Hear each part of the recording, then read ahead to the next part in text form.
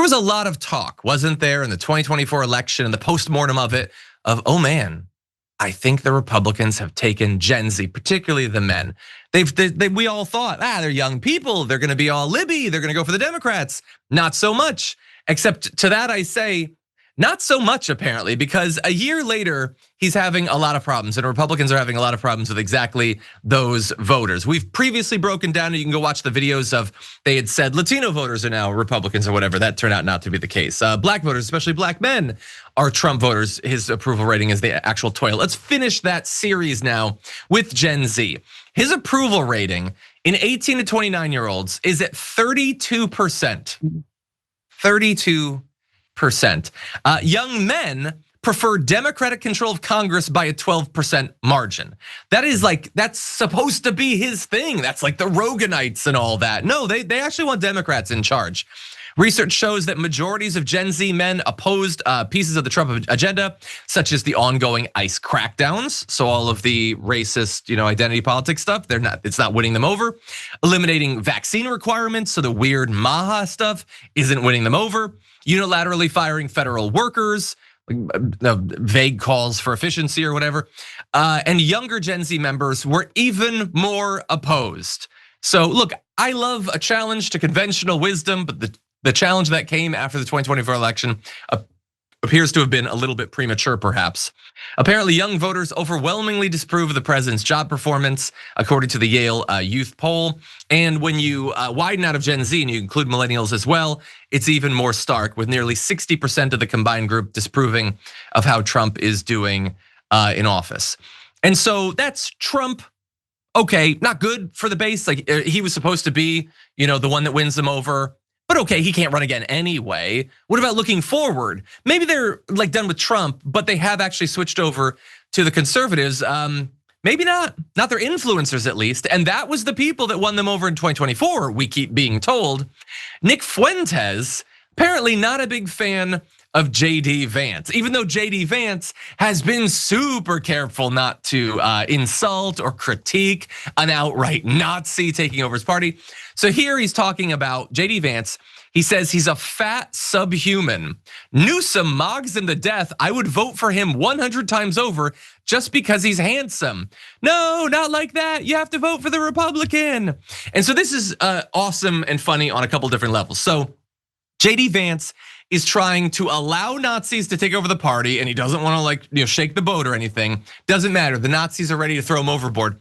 Also, I love that Nick Fuentes is weirdly being honest, saying that Newsom is just hot, and I really find that very appealing. But also in defense, weirdly, of Nick Fuentes, I think Newsom is hoping that a lot of people will decide their vote based on that sort of thing. But anyway, not buying Trump's successor.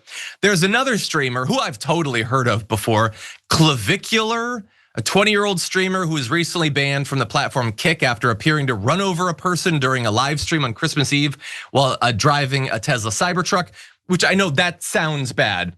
But come on, you try to drive a Cybertruck without running over at least one person. Get off his back about it, honestly.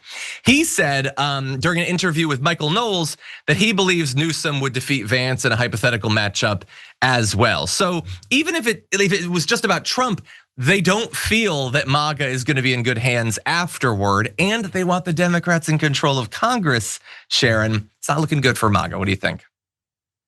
I don't know what to think. To see JD Vance, who our only saving grace is that there is karma in the world, but to see him and the way he's pivoting and threading a needle and corralling, it's like MAGA has no idea what's about to hit them when it comes to JD Vance and the damage he can do. And while Gavin Newsom and his perfect hair and his custom suits have done some things that have been creative, and obviously the establishment is behind him, the Obama wing and more, I don't know what's gonna happen here. I honestly was thinking the other day, and I had to snap myself out of it, that, well, JD Vance isn't Trump, and he is brilliant, although devious. So even though we'll be in horrible hands, it's not that bad. That's where I think the mindset of Americans will go. And I don't know what's gonna happen. MAGA may disappear or just morph into something else that's just not as bad. Yeah, I think I might agree with you if you mean like that's what MAGA becomes, but the party gets sort of taken over, at least partially taken over by something else, the America First or whatever, which I guess is different than MAGA. I think that's possible. I think that MAGA is going to be even smaller than it is now. I think that you're going to have this type trying to get some of their base, again, for their own purposes, for their audience, for money, whatever, to not support people like JD Vance. The thing with JD Vance is like, is he savvy? Sure, I guess he's savvy. He's certainly willing to completely rewrite his identity at a moment's notice. He has no actual principles. Some of that stuff can be helpful as a politician.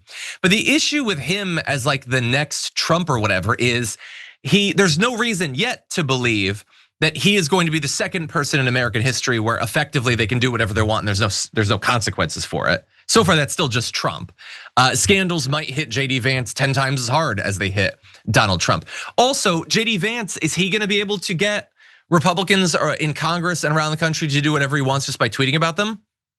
We haven't seen any evidence of that he rallies like the popular MAGA base to basically shut down any dissent, whether he's in power or out of power.